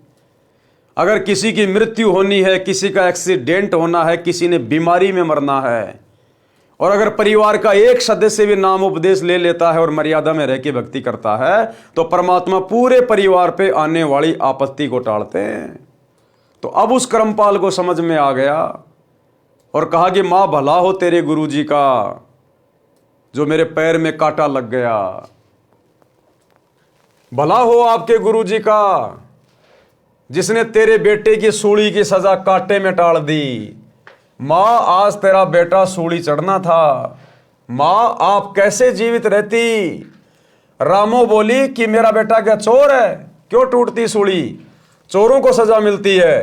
करमपाल बोला, हाँ माँ तेरा बेटा चोर था, आज के बाद कसम है माँ तेरी, कभी नशा नहीं करूंगा, आपके साथ सत्संग में चला करूंगा, आपके साथ घर के काम में हाथ बटाऊंगा, मैं अपनी जिंदगी में कभी माँ को कभी दुखी नहीं करूंगा। रामो बोली, रे निकम्मे चोरी भी करने लग गया था। लड़का बोला कि हाँ माँ पक्का चोर हो गया था, धन्य है आपके सतगुरु, धन्य है मेरी माँ जिसे ऐसे महापुरुष की शरण मिली। माँ आज ही चल मुझे दीक्षा दिला कर ला। रामो तुरंत लड़के को भगतमती कस्तूरी के पास लेकर गई, सब वृतांत बताया। कस्तूरी भी सब कार्य छोड़कर उनके साथ आश्रम में गई और गुरुजी का धन्यवाद किया, सब घटना को बताया, लड़के को नाम दिलाया। एक अन्य गांव के सत्संगी परिवार की लड़की से करमपाल का विवाह हो गया। पूरा परिवार सत्संग में आने लगा तथा सेवा करके सुखी जीवन जीने लगा। एक परिवार के सदस्य ने सतगुरु की शरण ग्रहण करी, सत्संग सुने, और सतगुरु ने उस परिवार के कर्म संस्कार चेंज कर दिए। कर्म संस्कार, जम जोरा जहां से डरे मिटे कर्म के लेख, अदली असल कबीर है ये कुल के सतगुरु एक। यही कबीर परमात्मा सतगुरु रामपाल जी भगवान चारों युगों में असंख्य रूप धारण करके भिन्न भिन्न वेश बनाकर ये परमात्मा अपने आत्माओं के लिए इस प्रकार की लीला करते रहते हैं, क्योंकि पूर्ण सतगुरु की शरण में आए बिना संस्कार चेंज नहीं होते। अगर वो रामो बहन किसी ऐरे गहरे नकली साधु संत महात्मा से उपदेश ले लेती तो उसके बेटे को सूली की सजा टूटने से कोई नहीं बचा सकता था। लेकिन रामो का सौभाग्य, उसे पूर्ण सतगुरु मिला, पूर्ण सतगुरु। और उसका परिवार जो बर्बादी के मुहाने पे था, बेटा एक नंबर का नशेड़ी और चोर बन गया था। अब रामो तो अपने बेटे के ऊपर ही अपने दिन तोड़ रही थी कि बेटा बड़ा होगा, शादी करूंगी, बहू आएगी, पूरी जिंदगी मैंने दुख उठाया है, कम से कम बुढ़ापे में सुख भोगूंगी। उस रामो का जीवन और ज्यादा बुढ़ापे में नरक बनना था, नरक। लेकिन सच्चे सतगुरु की शरण में आने से परिवार ने पूरे परिवार को बचा लिया, बर्बाद होने से बचा लिया। रामो तो सत्संग के रंग में ऐसी रंगी, जब जब सतगुरु जी मंडली समेत आकर आश्रम में रुकते, वह तो सुबह चली जाती, देर शाम को आती और सेवा करती, बर्तन साफ करती, गुरु जी के वस्त्र धोती, सत्संग का तो एक शब्द भी नहीं छोड़ती थी। रामो की तो लगन लग गई कि आगे मेरा जीवन विशेष नहीं था, क्योंकि बेटा मरता तो मैं भी फांसी खा के मरती, जहर खा के मरती, मैं अकेली क्या करती जी के। तो गुरुजी ने तो मेरे को नया जीवन दान दे दिया, मेरे बेटे को बचा कर अपनी शरण में लेके। तो रामो तो बिल्कुल समर्पित हो गई। जब भी गुरुजी आश्रम में आते थे, महीना 2 महीना रुकते थे, वो तो दिन रात वहां पर सेवा में लगी रहती थी। सत्संग का तो एक शब्द भी नहीं छोड़ती थी। एक समय सर्दी का मौसम था। अब एक समय क्या हुआ, सर्दी का मौसम था, सुबह 10 बजे सत्संग शुरू हुआ। गुरुजी ने रामो से कहा कि बेटी वस्त्र धोला नदी पर, धूप थोड़ी देर रहती है, सत्संग के बाद जाएगी तो वस्त्र सूख नहीं पाएंगे। रामो बहन वस्त्र बाल्टी में डालकर चल पड़ी। नदी थोड़ी दूरी पर थी। कपड़े पानी में बाल्टी में भिगोकर सोडा डाल दिया। सोचा कि जितनी देर वस्त्र सोडा में भीगेंगे तब तक सत्संग सुनाती हूं। आश्रम के बाहर दीवार के साथ कान लगाकर सत्संग वचन सुनने लगी। सत्संग समापन पर सत साहिब की ध्वनि सुनी तो रामो को कपड़े याद आए। यानी वो तो बेचारी सत्संग में मगन हो गई, उसको पता ही नहीं चला कि मैंने कपड़े भी धोने हैं, और सर्दी का मौसम है, बाद में सूखेंगे नहीं। तो लगभग शाम हो गई, 2-3 बज गए। अब वो कब कपड़े धोती, कब वो कपड़े सूखते। तो लास्ट में जब गुरुजी ने सत्संग समाप्त किया 2-3 घंटे बाद, तब उसकी एकदम से चेतना आई और उसको चिंता बन गई कि हे भगवान, गुरुजी के कपड़े तो धोए नहीं, अब गुरुजी रात को पहनेंगे क्या। सत्संग समापन पर सत साहिब की ध्वनि सुनी तो रामो को कपड़े याद आए। दौड़ी दौड़ी नदी की ओर चली और डरी हुई थी कि आज तो गलती हो गई, गुरुजी के वचन की अवहेलना हो गई, मेरे ऊपर डांट पड़ेगी, गुरुजी नाराज हो गए तो मेरी तो सेवा पर पानी फिर जाएगा। हे भगवान, ये कौन बनी। इन्हीं विचारों में नदी पर पहुंची तो देखा कि बाल्टी खाली थी। अब सतगुरु ने उस रामो बहन का रूप बनाकर, उसकी सच्ची श्रद्धा देखकर, अगर वो बकवाद में समय टाइम पास करती, कहीं अपनी किसी सहेली से कोई फालतू की बातें कर रही होती, तो परमात्मा उसका रूप बनाकर कपड़े धोने नहीं जाते। लेकिन सतगुरु ने देखा कि इसकी सच्ची श्रद्धा है, ये सत्संग सुनना नहीं छोड़ना चाहती थी, सत्संग सुनने के लिए आश्रम की दीवार से कान लगा के बैठी हुई थी। तो सतगुरु तो अंतर्यामी होते हैं। सतगुरु उस रामो बहन का रूप बनाकर और एक रूप में कपड़े धोकर और सुखाकर भी आ गए थे। तो जब रामो बहन गई तो देखा कि बाल्टी में तो कपड़े है ही नहीं, और कपड़े तो सारे सूखे हुए हैं। इन्हीं विचारों में नदी पर पहुंची तो देखा कि बाल्टी खाली थी और वस्त्र धोकर झाड़ियों पर सुखा रखे थे जो सूख चुके थे। रामो उन बहनों से बोली जो पहले से नदी पर अपने वस्त्र धो रही थी कि हे बहनों, ये वस्त्र आपने धोकर सुखाए हैं क्या। सब अन्य महिलाएं रामो की ओर देखने लगी। एक बोली कि बहन, तेरा दिमाग चल गया है क्या, या मजाक कर रही है। आप खुद ही तो कपड़े धो रही थी। बेसब्री होकर हमारे भी छींटे लग रहे थे, तेरे को टोका भी था कि धीरे धीरे कपड़े धो, तू खुद झाड़ियों पर सुखा कर गई थी, अब क्या भांग का नशा करके आई है। अब रामो को समझते देर नहीं लगी और रामो फूट फूट के रोने लगी। भाई और बहनों, धरती पर आज वही कबीर परमात्मा प्रकट है। पहले तो परमात्मा छुप छुप के लीला करते थे, किसी अन्य साधु संत महात्मा का रूप बना के लीला करते थे। आज ये सतगुरु स्वयं अपने ओरिजिनल सतलोक के रूप में धरती पे प्रकट हैं, ओरिजिनल फॉर्म में। यदि ऐसी हमारी सच्ची श्रद्धा होगी, सच्ची लगन होगी, तो परमात्मा ना जाने गुप्त रूप में आप और हमारे लिए क्या क्या कर देंगे। गुप्त रूप में सब काम सार दे, जो भी विपदा आने पड़े। रामो रोने लगी और सब कपड़े उठाकर बाल्टी में डालकर आश्रम की ओर चली। आश्रम में किसी सेवादार ने रामो को आश्रम के बाहर बैठे सत्संग सुनते देर तक देखा था। अब जिस समय रामो सत्संग सुन रही थी आश्रम की दीवार से कान लगा के, तो किसी अन्य सत्संगी ने देख लिया था और उसने जाकर गुरुजी के पास में शिकायत कर दी कि गुरुजी, वो रामो तो घनी निकम्मी हो गई आजकल, आपकी बात भी नहीं मानती। और गुरुजी सारा दिन यहां बैठ के सत्संग सुन रही थी, अब गई है कपड़े धोने, मैंने देखा दौड़ के गई है, अब कब धोएगी, कब सूखेंगे गुरुजी। तो किसी सेवादार ने रामो की शिकायत गुरुजी से कर दी थी। आश्रम में किसी सेवादार ने रामो को आश्रम के बाहर बैठे सत्संग सुनते देर तक देखा था। उसने गुरुजी को बताया कि आज आपके कपड़े गीले ही रहेंगे, क्योंकि रामो तो सत्संग समापन तक बाहर दीवार के कान लगाकर सत्संग सुन रही थी, अभी गई है कपड़े धोने।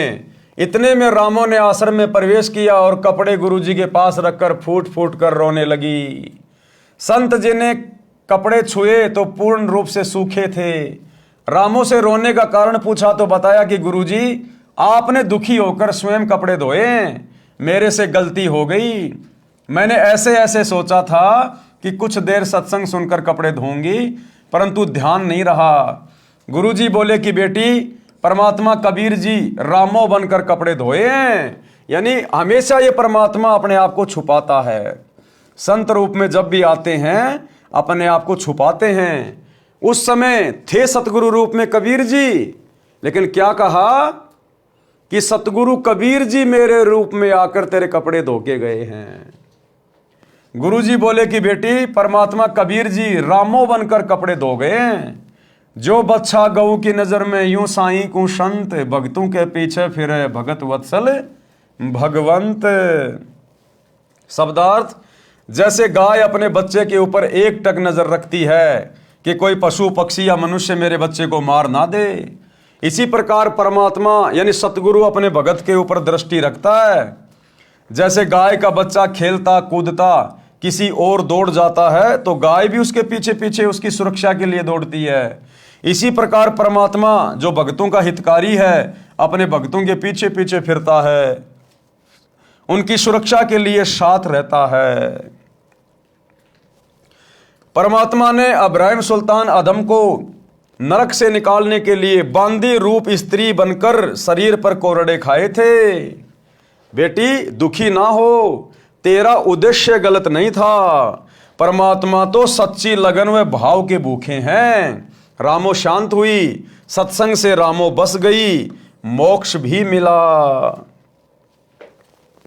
कबीर सतगुरु शरण में आने से आई टले बला। वो रामो बहन समय पर सतगुरु की शरण में आ गई तो उसके परिवार पर जो भयंकर विपदा आनी थी, जो आपत्ति आनी थी, वो टल गई।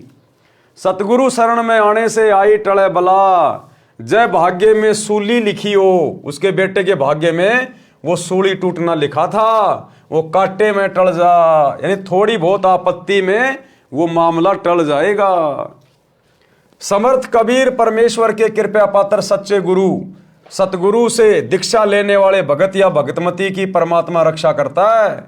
यदि पूर्व जन्म के पाप के कारण साधक को मौत की सजा सूली यंत्र के द्वारा मिलनी भाग्य में लिखी हो, जो अत्यधिक पीड़ादायक होती है, तो परमात्मा उस साधक के उस मृत्यु दंड को समाप्त करके कुछ छोटा मोटा दंड जैसे पैर में कांटा लगना देकर टाल देता है। भयंकर दंड को नामात्र के दंड में बदल देता है, जो बहुत बड़ी बला यानी परेशानी थी। तो इस प्रकार से रामो बहन का उद्धार हुआ, उसके परिवार का कल्याण हुआ। परमात्मा ने उस परिवार के कर्म संस्कार को बदल दिया, चेंज कर दिया। किस कारण से? केवल सतगुरु के सत्संग सुनकर उनकी शरण ग्रहण करने के कारण है। तो इसी प्रकार भाई और बहनों, अब ये तो कलयुग चल रहा है, घोर कलयुग है। इंसान के जितने भी पुण्य थे उसने पहले के युगों में समाप्त कर दिए। अब इंसान के पाप कर्म बचे हुए हैं ज़्यादातर, और पाप कर्मों से आपत्तियाँ आती हैं, परेशानियाँ आती हैं। इसीलिए तो दुनिया भर के एक्सीडेंट, दुनिया भर की बीमारियां, हार्ट अटैक से मौत, ये हमारे पाप कर्म हैं। और आने वाला जो युग परिवर्तन का समय है 2028 पूर्व निर्धारित है, उस युग परिवर्तन के आसपास के समय में तो दुनिया भयंकर आपत्ति के दौर से गुजरेगी। तरह तरह की प्राकृतिक आपदाएं पूरे विश्व को घेरेंगी बुरी तरह से। कहीं बाढ़ आएगी, कहीं भूकंप आएगा, कहीं अकाल पड़ेगा, कहीं सूखा पड़ेगा, कहीं अतिवृष्टि हो रही है, कहीं ओलावृष्टि हो रही है, कहीं युद्ध हो रहा है, कहीं महायुद्ध हो रहा है, कहीं महामारियां आ रही हैं। तो पूरा विश्व त्राहिमाम करेगा। ये भविष्यवाणियां पहले से हो चुकी है। और वैसे भी परमात्मा कहते हैं कि जब इस पृथ्वी के ऊपर उग्र परिस्थितियां हो जाती हैं, उस समय परमात्मा सतगुरु रूप में आके प्रकट होता है यहां पर। तो आने वाले समय में जो जो लोग, जो जो परिवार आज थोड़े बहुत सुख को प्राप्त करके संतों के शरण से दूर हैं, कोई छोटी मोटी नौकरी लगा हुआ है, कोई अधिकारी है, कोई मंत्री है, कोई राजा है, उन्हें लगता है कि हमें संतों की आवश्यकता नहीं है, हमारे घर में ठाठ बाट है। एक सेकंड लगेगी, ये ठाठ बाट साइड में होते एक सेकंड में। बड़े बड़े लोग, बड़े बड़े पैसे वाले, बड़े बड़े मंत्री, प्रधानमंत्री हेलीकॉप्टर में मर जाते हैं, एरोप्लेन उनका क्रैश हो जाता है, एक सेकंड में सब कुछ चला गया जिनके पास में सब कुछ था। तो भाई और बहनों, आने वाले समय में इसी प्रकार से आपत्तियां आएंगी। उस समय आपकी वो नौकरी, आपका वो मंत्री, वो प्रधानमंत्री, वो सेनाएं आपका बचाव नहीं करेंगी। बचाव करेगी भक्ति, और वो भी सच्चे सतगुरु की शरण में आकर की गई भक्ति। इसलिए आप लोगों को पहले ही चेताया जा रहा है इन कथाओं के माध्यम से, इन पुस्तकों के माध्यम से। ये संदेशा सतगुरु रामपाल जी भगवान आप लोगों तक पहुंचा रहे हैं कि समय रहते और सतगुरु के सत्संग वचन सुनकर उनकी शरण ग्रहण कर लीजिए, अन्यथा आने वाला युग परिवर्तन का समय बहुत विनाशकारी है। उस समय फिर तुम्हारी कोई रक्षा, किसी प्रकार का कोई बचाव नहीं होगा। परिवार के परिवार तबाह होंगे, परिवार के परिवार। तो रामो बहन की कथा से शिक्षा लेनी चाहिए। और अतिशीघ्र मोबाइल सबकी जेब में है, मोबाइल जेब से निकालकर यूट्यूब पर जाकर सर्च करें सृष्टि रचना सतगुरु रामपाल जी भगवान, और ज्ञान सुनना ग्रहण करें और अतिशीघ्र शरण में आ जाएं। आगे हमें परमेश्वर एक और कथा सुना रहे हैं, चोर कभी धनी नहीं होता। लोग सोचते हैं कि हम चोरी करके धनी हो जाएंगे। जैसे आजकल दुनिया भर के फ्रॉड बेचारे भोले भाले व्यक्तियों के साथ में हो रहे हैं, जिनको साइबर फ्रॉड कहते हैं। बेचारों को गुमराह करके उनके खाते से पैसे वगैरह निकाल लेते हैं, या कोई रिश्वत लेता है, कोई मिलावट करता है, कोई चोरी करता है और सोचता है इसी प्रकार से हम धनी हो जाएंगे। ये तो आप और हमारी जीव सोच है, बहुत छोटी सोच है। हम धन से धनी नहीं हो सकते चोरी करके, उल्टे काम करके। हम पाप कर्मों के धनी हो सकते हैं, पाप की मालगाड़ी भर सकते हैं हम। और चलो तुमने किसी के साथ में ठगी कर ली, चोरी कर ली, मिलावट करके तुमने पैसे भी कमा लिए, वो पैसे तुम्हारे साथ में नहीं जाएंगे। अंत समय में तुम्हारा शरीर भी साथ नहीं जाएगा। वो पैसे कमाने में तुमने जितने पाप किए हैं वो तुम्हारे साथ में जाएंगे। वो पैसा तुम्हारा यही रह जाएगा, खाया खर्चा जाएगा। और अगर चोरी करने से सेठ बना जाता हो तो भाई मेहनत कौन करेगा? फिर मेहनत कौन करे? अगर चोरी करने से ही अगर सेठ बना जाता हो, धनी बना जाता हो, तो पूरी दुनिया आज चोरी ना कर रही होती। किसान खेतों में मेहनत क्यों करता? कोई इंसान नौकरी क्यों करता? मजदूर मजदूरी क्यों करता? सब चोरी ना करते। तो ये तो हमारी छोटी सोच है। चोरी करके हम केवल अपने कर्म बिगाड़ सकते हैं, पाप कर्मों की पोटरी बांध सकते हैं, अपने परिवार के ऊपर आपत्तियां पैदा कर सकते हैं। क्योंकि जिस घर में चोरी का पैसा आता है, जिस घर में रिश्वत का पैसा आता है, उस परिवार के सदस्यों को जहर देने की जरूरत नहीं है। वो चोरी, ठगी, रिश्वत का पैसा एक दिन उस परिवार के लिए जहर का काम करेगा। कोई एक्सीडेंट में मरेगा, कोई बीमारी में मरेगा, कोई हार्ट अटैक से मरेगा, कोई लड़ाई झगड़े में मरेगा। तो गुरुदेव हमें समझाना चाह रहे हैं कि नेक नीति से धन अर्जित करो और भाई सतगुरु की शरण में आ जाओ। तुम्हारे भाग्य में धन नहीं होगा तो भी ये परमात्मा अपनी कलम से तुम्हारे भाग्य में धन लिख देगा। इतना समर्थ है सतगुरु। कबीर परमेश्वर जी अपने विधान अनुसार एक नगर के बाहर जंगल में आश्रम बनाकर रहते थे। यानी ये कबीर परमात्मा सतगुरु रामपाल जी भगवान चारों युगों में ये भिन्न भिन्न रूप धारण करके, वेश धारण करके हम आत्माओं को अपनी शरण में लेकर हमारी बैटरी चार्ज करते रहते हैं। हमें इस भक्ति युग तक लाने के लिए परमात्मा असंख्य रूप बनाकर जगह जगह लीलाएं करते हैं। कहीं पर आश्रम बनाकर 10 साल रह जाते हैं, कहीं 20 साल रह जाते हैं, अचानक से कहीं चले जाते हैं, किसी को पता ही नहीं चलता। तो ऐसे ही एक नगर के पास में छोटा सा आश्रम बनाकर कबीर परमात्मा एक संत वेश में रहा करते थे। कुछ दिन आश्रम में रहते थे, सत्संग करते थे, फिर भ्रमण के लिए निकल जाते थे। उनका एक जाट किसान शिष्य था जो कुछ ही महीने से शिष्य बना था। किसान निर्धन था, उसके पास एक बैल था, उसी से किसी अन्य किसान के साथ मेलजोल करके खेती करता था। 2 दिन अन्य का बैल स्वयं लेकर दोनों बैलों से हल चलाता था। फिर 2 दिन दूसरा किसान उसका बैल लेकर अपने बैल के साथ जोड़कर हल जोतता था। किसान अपने कच्चे मकान के आंगन में बैल को बांधता था। एक रात्रि में चोर ने उस किसान के बैल को चुरा लिया। सतगुरु का वो गरीब भगत जिसके पास केवल एक ही बैल था और जब खेती करने का समय आता था किसी और का बैल उधार लेकर अपनी खेती करता था। एक दिन एक चोर आया और रात्रि में उस भगत के उस बैल को चुरा के ले गया। किसान ने देखा कि बैल चोरी हो गया तो सुबह वह आश्रम में गया, गुरुदेव जी से अपना दुख साझा किया। गुरुदेव जी ने कहा कि बेटा विश्वास रख परमात्मा पर, दान धर्म भक्ति करता रहे, आपको परमात्मा 2 बैल देगा। चोर चुरा कर ले गया है, वह पाप का भागी बना है। परमेश्वर की कृपा से बारिश अच्छी हुई, किसान भगत की फसल चौगुनी हुई, 4 गुना ज्यादा फसल हुई, क्योंकि सतगुरु ने आशीर्वाद जो दे दिया था। साध वचन पलटे नहीं चाहे पलट जाए ब्रह्मांड, साधु बोले सहज स्वभाव, साधु का बोला मिथ्या न जाए। तो गुरुदेव के आशीर्वाद से बढ़िया फसल हुई, बढ़िया बारिश हुई और 4 गुना ज्यादा फसल हुई। किसान भगत की फसल चौगुनी हुई। भगत किसान ने 2 बैल मोल लिए और उनको अच्छी खुराक खिलाई। बैल यानी सांडों जैसे ताकतवर हो गए। गांव में उसके बैलों की चर्चा होती थी। 1 साल के बाद वही चोर उसी क्षेत्र में चोरी करने आया। अब जो चोर था, अब उसने उस बैल को चुरा लिया और बैल को उसने औने पौने दामों पे बेच दिया। यानी 5,000 का बैल था तो 2,500-3 हज़ार में बेच दिया और थोड़े बहुत दिन तो उसने अपना परिवार चलाया। अब कितने दिन चोरी के पैसों से परिवार चलेगा? साल भर के बाद में जब पैसे खत्म हुए तो फिर से वो चोरी करने के लिए निकला और उसी गांव की तरफ आ गया।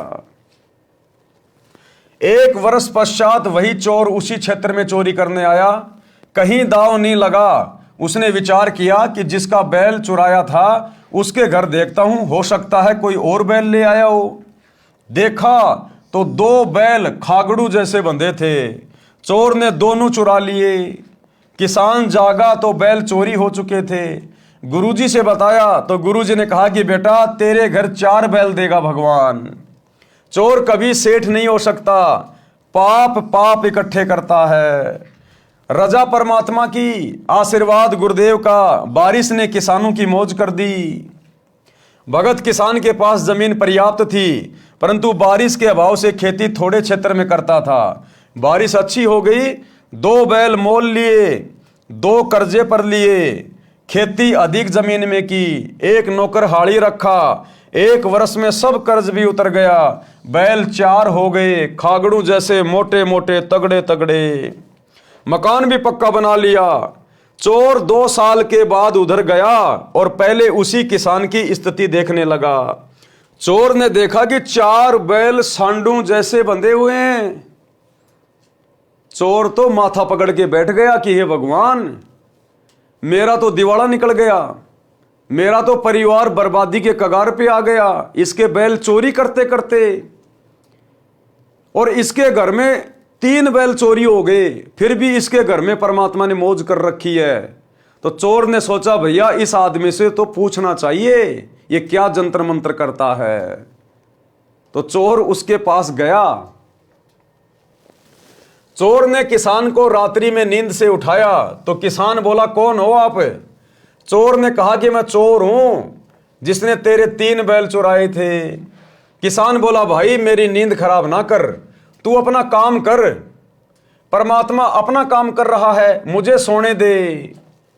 अब भगत तो टेंशन फ्री हो गया। भगत को तो पता चल गया ना कि तेरा तो बुरा हो ही नहीं सकता, तेरे ऊपर तो सतगुरु का पंजा है। तू तो केवल अपना दान धर्म करता रहे, मर्यादा में रह के भक्ति करता रहे, तेरा तो सतगुरु बाड़ी बाका नहीं होने दे रहा। तेरा तो जब जब कोई नुकसान करता है परमात्मा तुझे आगे ही बढ़ाता है। तो चोर ने कहा भैया तू एक काम कर, तू चोर है ना तो तेरा काम चोरी करना है, तू चोरी कर, मेरी नींद क्यों खराब कर रहा है, मुझे सोने दे। चोर ने पैर पकड़ लिए और बोला हे देवता मेरे से अब चोरी नहीं हो रही। एक बात बता, आपका चोर आपके सामने खड़ा है, आप पकड़ भी नहीं रहे हो। हे भाई तेरा 1 बैल मैंने चुराया, तेरे घर अगले वर्ष 2 बैल खागड़ू जैसे बंधे थे, वे दोनों भी मैंने चुरा लिए। आज 2 वर्ष पश्चात आपके आंगन में 4 बैल खागड़ू जैसे बंधे हैं और मेरा सर्वनाश हो चुका है। बालक भी भूखे रहते हैं, मुझे मार चाहे छोड़, मुझे तेरे विकास का राज बता कि मुझे तू ये रहस्य बता, ये बात क्या है। चाहे तू मुझे मार चाहे मुझे छोड़, मैंने तेरे को सच्चाई बता दी। मैं भी जाट किसान हूं। चोर क्या बोला कि मैं भी जाट किसान हूं, जमीन भी है और निर्धनता बेअंत है, यानी गरीबी का कोई ओढ़ नहीं है। भगत किसान ने उसको कहा कि आप स्नान करो, खाना खाओ। चोर ने वैसा ही किया। फिर भगत उस चोर को आश्रम में लेकर गया, गुरुदेव से सब घटना बताई। गुरुदेव ने चोर को समझाया। 7-8 दिन भगत किसान ने अपने घर पर रखा और प्रतिदिन गुरुजी से मिलाकर सत्संग सुनाया। चोर ने दीक्षा ली। गुरुजी ने कहा कि भगत बेटा नए भगत को 1 बैल दे दे उधार। अब गुरुजी ने उस किसान को क्या कहा कि बेटा ये जो पहले चोरी करता था ना, अब ये भगत बन गया, नाम ले लिया, तू इसको 1 बैल उधार दे दे, ये भी अपनी मेहनत मजदूरी करके खाएगा और परमात्मा इस पे भी दया करेगा, इसका भी धंधा अच्छा चलाएगा, बढ़िया इसकी फसल होगी, फिर ये तेरे को दे देगा वापस। नए भगत को 1 बैल उधार दे दे, खेती करेगा, तेरे पैसे लौटा देगा। भगत ने कहा गुरुजी ठीक है। भगत किसान ने नए भगत को 1 बैल दे दिया। नया भगत प्रति महीना सत्संग में आता था, पूरे परिवार को नाम दीक्षा दिला दिया। 2 वर्ष में वित्तीय स्थिति अच्छी हो गई, यानी गुरुदेव के आशीर्वाद से 2 साल में उसकी आर्थिक स्थिति भी अच्छी हो गई। 1 बैल प्लस 3 पहले वाले चोरी वाले बैलों के रुपए लेकर चोर भगत उस किसान भगत के घर आया। अब परमात्मा ने 2 साल के अंदर अंदर उस चोर भगत की इतनी बढ़िया स्थिति कर दी कि इतनी अच्छी फसल हुई। वो 1 बैल तो जो नाम दीक्षा लेने के बाद में लाया था उधार, उसके पैसे, और 3 बैल जो चोरी करके ले गया था पहले, उनके पैसे, यानी 4 बैलों के पैसे लेकर और अपने भगत भाई के पास गया उसको देने के लिए।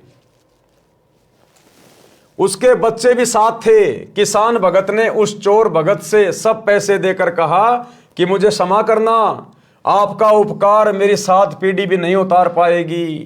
पुराना भगत बोला कि हे भाई ये सब गुरुदेव जी की कृपा है, उनका वचन फला है, आप ये सब रुपए गुरुजी को दान रूप में दो। मेरे को तो उन्होंने पहले ही कई गुना बैलों की पूंजी दे दी थी, मेरे काम की नहीं। दोनों भगत गुरुजी के पास गए और सारी दान राशि चरणों में रख दी।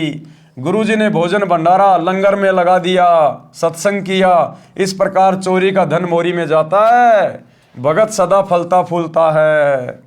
यानी हमें गुरुदेव भगवान बता रहे हैं कि चोरी करने से व्यक्ति कभी मालामाल नहीं हो सकता। यानी नेक नीति से कमाई करने वाला भी यदि उसके भाग्य में भक्ति धन नहीं है, उसके पिछले पुण्य नहीं है और बहुत अच्छा आदमी है, लेकिन वर्तमान में सच्चे गुरु की शरण में नहीं है, तो नेक नीति से काम करने वाला व्यक्ति भी नहीं फलेगा, नहीं फूलेगा। क्योंकि भाई और बहनों, जो व्यक्ति आज जिस भी स्थिति में है, चाहे कोई राजा बना है, कोई मंत्री बना है, कोई उद्योगपति है, कोई सेठ है, कोई भिखारी है, उसके पिछले मनुष्य जन्म के पाप और पुण्य के आधार से आज वो व्यक्ति इस स्थिति में है। और जब उसके पिछले जन्मों के पुण्य समाप्त होते हैं, ना वो मंत्री पद पे रह पाता, कोई भी कारण बनेगा, चाहे उसको जनता का समर्थन ना मिले, वो हार जाएगा, या एक्सीडेंट में उसकी मृत्यु हो जाएगी, या अन्य और किसी प्रकार का कोई घाटा हो जाएगा, क्योंकि यहां जो भी कुछ होता है पाप और पुण्य के आधार से होता है, और ये पाप और पुण्य सतगुरु की शरण में आकर ही सेट होते हैं। यदि हमारे पास में पुण्य नहीं है तो सतगुरु की शरण में आकर भक्ति करने से हम नए सिरे से पुण्य बनाते हैं। यदि पाप कर्म ज्यादा है, हमें दुखदाई है, हमारे ऊपर संकट आ रहे हैं, आपत्तियां आ रही हैं, तो सतगुरु की शरण में आने से पाप कर्म कटते हैं, हल्के होते हैं। तो भाई और बहनों, नेक नीति और ईमानदारी से हमने अपना व्यवसाय करना है, अपना काम धंधा करना है। हमने शौपन में भी किसी की आत्मा नहीं दुखानी है, अन्यथा हम गुरुपद और मर्यादाओं से उसी समय नीचे गिर जाएंगे।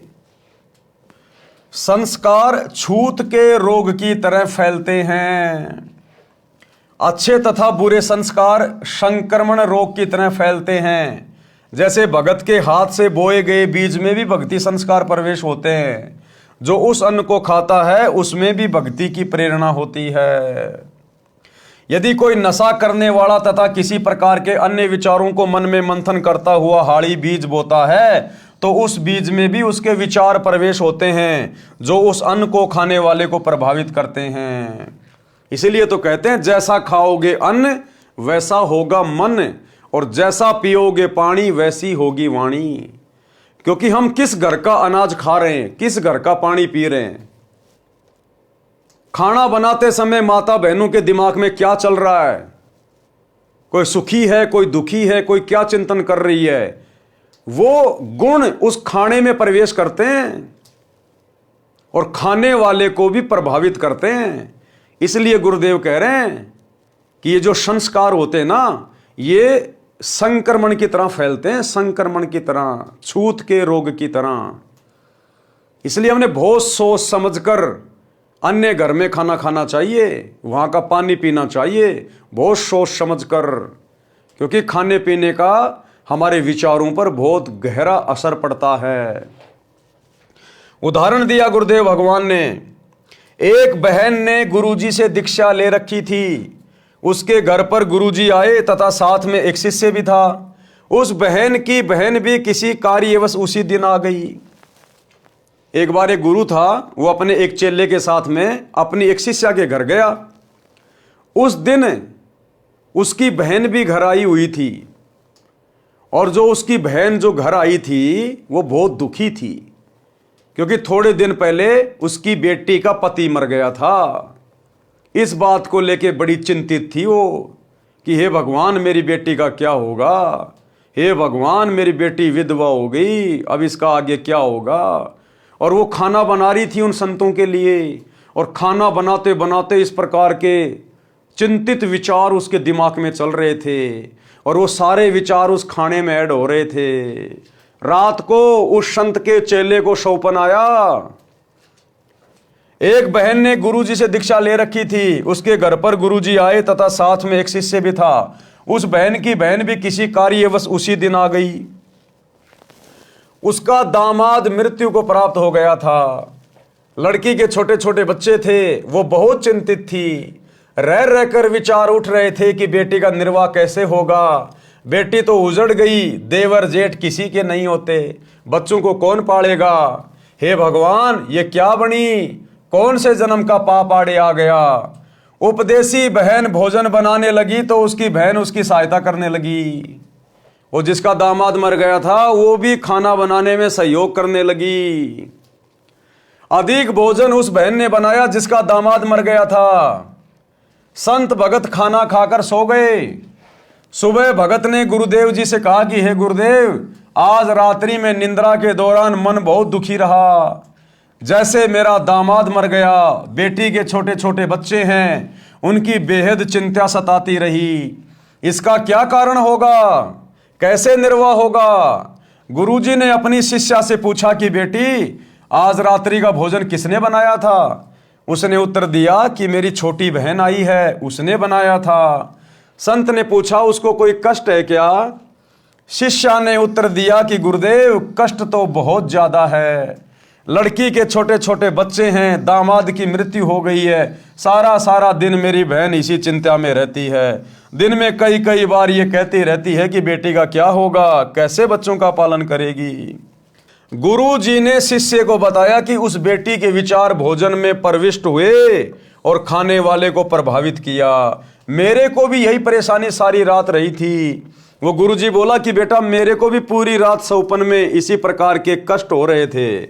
इसी प्रकार यदि भक्ति नाम सुमरण या आरती या संतों की वाणी का मनन करते करते भोजन बनाया जाए तो खाने वाले में वे सुसंस्कार अच्छी प्रेरणा करते हैं, भक्ति की रुचि बढ़ती है। कोई हाड़ी गाने रागनी गाता हुआ बीज बोता है या खाना बनाने वाली गाने या रागनी गाती हुई भोजन बनाती है तो उस अन्न में वे संस्कार प्रवेश हो जाते हैं। उसे खाने वाले का स्वभाव भी उसी प्रकार बकवाद करने को प्रेरित होता है, जिसका परिणाम वर्तमान 1997 के आसपास में दिखाई दे रहा है। अच्छाई में कम, बुराई अधिक संख्या में मानव लगा है। तो भाई और बहनों, इसलिए हमने बाहर का खाना, हर किसी के घर का खाना खाने से बचना चाहिए। ये आध्यात्मिक बातें हैं, आम सांसारिक लोग इन बातों को नहीं समझ पाएंगे। इसीलिए तो परमात्मा कहते हैं कि जिन लोगों के घर में गुरु का नाम नहीं है, सच्चे गुरु का नाम नहीं है, उन लोगों के ऊपर तो 3 लोक का भार चढ़ा हुआ, 3 लोक का भार। और ऐसे लोगों के घरों पर खाना खाना, चाय पीना, पानी पीना, उनके पाप कर्मों को बंटवाना है, उनके पाप कर्मों का हिस्सा अपने ऊपर लेना। ये बहुत गूढ़ बातें हैं। इसलिए दुनिया दुखी है, परेशान है, क्योंकि आज भारत देश में भी 99% लोग सच्चे सतगुरु की शरण से दूर हैं। मुट्ठी भर आत्माएं आज सतगुरु रामपाल जी की शरण में हैं। बाकी 99% से ज्यादा लोग उन्हीं कुविचारों में सारा दिन रहते हैं, उन्हीं चिंताओं में, उन्हीं परेशानियों में, कोई चोरी में, कोई ठगी में, कोई रिश्वत में, कोई जारी में, कोई 2 नंबर के धंधों में, और सारा दिन उसी प्रकार से अपना काम धंधा करते रहते हैं। तो उन लोगों के विचार उस खाने में प्रविष्ट हो जाते हैं जिसके घर का हम खाना खाते हैं, और इस प्रकार से फिर वो संस्कार हमारे को प्रभावित करते हैं, भक्ति में बाधा उत्पन्न कर देते हैं। भक्ति में बाधा, यदि संतों की वाणी, पाठ, आरती, सुमरण करने वालों की संख्या अधिक हो जाएगी तो वातावरण भक्तिमय हो जाएगा। प्रत्येक व्यक्ति के मन में भगत जैसे भाव उपजेंगे। उस वातावरण को बनाने के लिए घर घर में आरती, रमणी तथा नित्य नियम चलना चाहिए। गुरु जी से दीक्षा लेकर नाम का सुमरण करना चाहिए, जिससे वातावरण में भक्ति के विचारों के तत्व अधिक भर जाएंगे तथा बुरे संस्कारों वाले विचार ऊपर उठ जाएंगे। परमात्मा ने बताया कि शब्द का कभी विनाश नहीं होता, शब्द अखंड होता है। हम जो भी शब्द निकालते हैं ये ऊपर ब्रह्मांड में ये विचरण करते रहते हैं, शब्द का कभी विनाश नहीं होता। अब क्या होगा, हम जितने भी भगत भाई बहन हैं जिनके सुविचार हैं, अच्छे विचार हैं, हमारे घरों में जो आरतियां चलती, हम जो आरतियां करते हैं, पाठ करते हैं तीनों समय का, गुरुदेव के सत्संग चल रहे होते हैं, उनके शब्द चल रहे होते हैं, उनकी वाणियां चल रही होती हैं, हम नाम सुमरण करते रहते हैं मन ही मन में या बोल बोल के, तो सूक्ष्म जो शब्द हैं ये ऊपर जाते हैं ब्रह्मांड में, और ब्रह्मांड में जाकर पहले से जो कुशब्द है, जो दुनिया वालों के जितने भी जो बुरे शब्द है, जो कुशब्द है, जैसे रागनियां चलती हैं, गाने चलते हैं, दुनिया भर के लोग फालतू में दुनिया भर की बकवाद करते रहते हैं, तो ऊपर ब्रह्मांड में उन शब्दों की एक लेयर बनी हुई है, एक वो परत बनी हुई है, जिसका प्रभाव लगातार नीचे आता रहता है और पूरे वातावरण को प्रभावित करता है। किसी को भी शांति नहीं है, सबके मन में अशांति बनी हुई है, भय बना हुआ, चिंता बनी हुई है। अब ये भक्ति युग शुरू हो गया सन 1994 से। सभी भगत भाई बहन तीनों समय की आरती करते हैं, पाठ करते हैं, गुरु जी का सत्संग चलता है घरों में या गाड़ियों में, या अपना कोई ट्रैक्टर में काम कर रहा है, अपना सत्संग सुन रहा है, कोई मजदूरी कर रहा है, अपना सत्संग सुन रहा है, अपना सुमरण कर रहा है।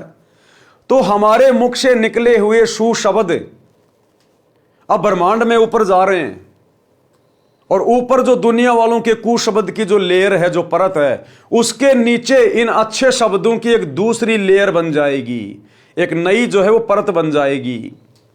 और नई परत बनने से ऊपर वाले शब्दों का प्रभाव नीचे आएगा नहीं, और नीचे आप और हमारे शब्द हैं, तो हमारे शब्दों का प्रभाव नीचे आएगा, तो इस प्रकार से पूरे विश्व का माहौल चेंज होगा। इसलिए गुरुदेव कहते हैं, कथा करो करतार की, सुनो कथा करतार, आन कथा सुनिए नहीं कहे कबीर विचार।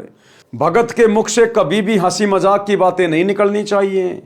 भगत के मुख से कभी भी निंदा चुगली राग द्वेष ईर्ष्या की बातें नहीं निकलनी चाहिए। भगत के मुख से कभी भी फालतू की सांसारिक बातें नहीं निकलनी चाहिए, क्योंकि आप और हमारे शब्दों की बहुत ज्यादा वैल्यू है। गुरु से दीक्षा लेकर नाम का सुमरण करना चाहिए, जिससे वातावरण में भक्ति के विचारों के तत्व अधिक भर जाएंगे तथा बुरे संस्कारों वाले विचार ऊपर उठ जाएंगे। भक्ति संस्कार ऑक्सीजन जानो तथा बुरे विचार कार्बन डाइऑक्साइड समझो। ऑक्सीजन रूपी भक्ति संस्कार के सिलेंडर खोलने पड़ेंगे, यानी सदग्रंथ साहिब के पाठ पर पाठ करने पड़ेंगे। तो गुरुदेव ने कितनी बड़ी दया कर दी, सत्सेवकों घरों में 24 घंटे सदग्रंथ साहिब का पाठ हो रहा है। गुरुदेव ने इसीलिए तो घर घर में पाठ प्रकाश की मेमोरी भिजवा दी। आज कई हजारों की संख्या में सत्सेवक भाई बहनों के घरों में परमात्मा की अखंड वाणियां चलती रहती है, मीठी मीठी आवाज में। लगातार ब्रह्मांड में वो सुशब्द जा रहे हैं, और इसी प्रकार से धीरे धीरे ये दुनिया का वातावरण बदलेगा। इसीलिए तो हम सभी सत्सेवक भाई बहन तीनों समय नित्य नियम पुस्तिका में पाठ करते हैं, तीनों समय की आरती मुख से बोलते हैं, ताकि ये शब्द ब्रह्मांड में जाएं।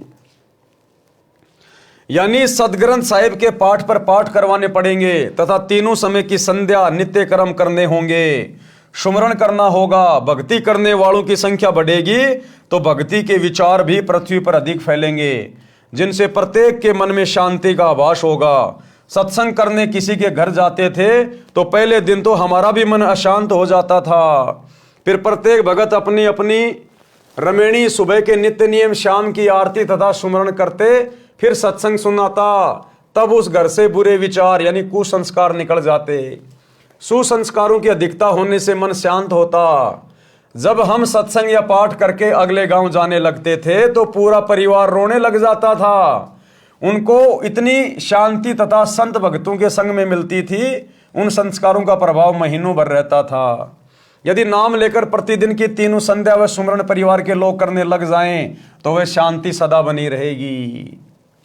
जो बीड़ी हुक्का में तमाकू पीता है और वह बीज बोता है, तो उस अन्न में भी तमाकू की वासना सूक्ष्म तत्व प्रवेश कर जाते हैं।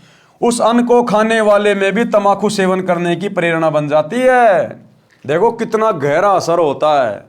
अगर कोई किसान अपने बैलों से, ऊंट से या फिर ट्रैक्टर से, यदि किसी ने नशा कर रखा है, शराब पी रखी है और बीज बो रहा है, कोई बीड़ी पी रहा है, कोई हुक्का पी रहा है और अपने बैल से या फिर अपने ऊंट से या ट्रैक्टर से खेत में बीज डाल रहा है, पहले किसान क्या किया करते थे? 2 हड़ाई भरते, उसके बाद बैठ जाते, चिलम पीने लग जाते, फिर 2 हड़ाई भरते, फिर चिलम पीने लग जाते। तो गुरुदेव कह रहे हैं उस बीज को खाने वाले व्यक्ति में भी नशा करने की प्रवृत्ति ऑटोमेटिक पैदा हो जाती थी। और अब हम भगत भाई बहन अपने अपने खेतों में जब अपने गुरुदेव भगवान का सत्संग सुनते सुनते या सुमरण करते करते बीज बोएंगे, खेती बाड़ी करेंगे, फसल की जो है हम कटाई करेंगे, क्योंकि भगत का तो या तो सत्संग सुनेगा या फिर सुमरण करेगा, और तो कोई काम है ही नहीं। तो भगत के घर का अन्न यदि कोई खाएगा तो उसमें भी भक्ति करने की प्रेरणा उठेगी, उसमें भी नेक विचार उत्पन्न होंगे। इस प्रकार से देश दुनिया का माहौल धीरे धीरे बदलेगा, जैसे जैसे भगत समाज की संख्या बढ़ेगी और भगत समाज विधि विधान से गुरुदेव भगवान की भक्ति करेगा। जिस कारण से नशा तेजी से युवाओं में बढ़ रहा है। जब तक बच्चे हैं तब तक तो पिता, चाचा, ताऊ, दादाजी के डर से तंबाकू सेवन नहीं करते, परंतु युवा होते ही वे संस्कार प्रबल हो जाते हैं और नशे की आदत शीघ्र पड़ जाती है। मेरा उद्देश्य है किसका? गुरुदेव भगवान का।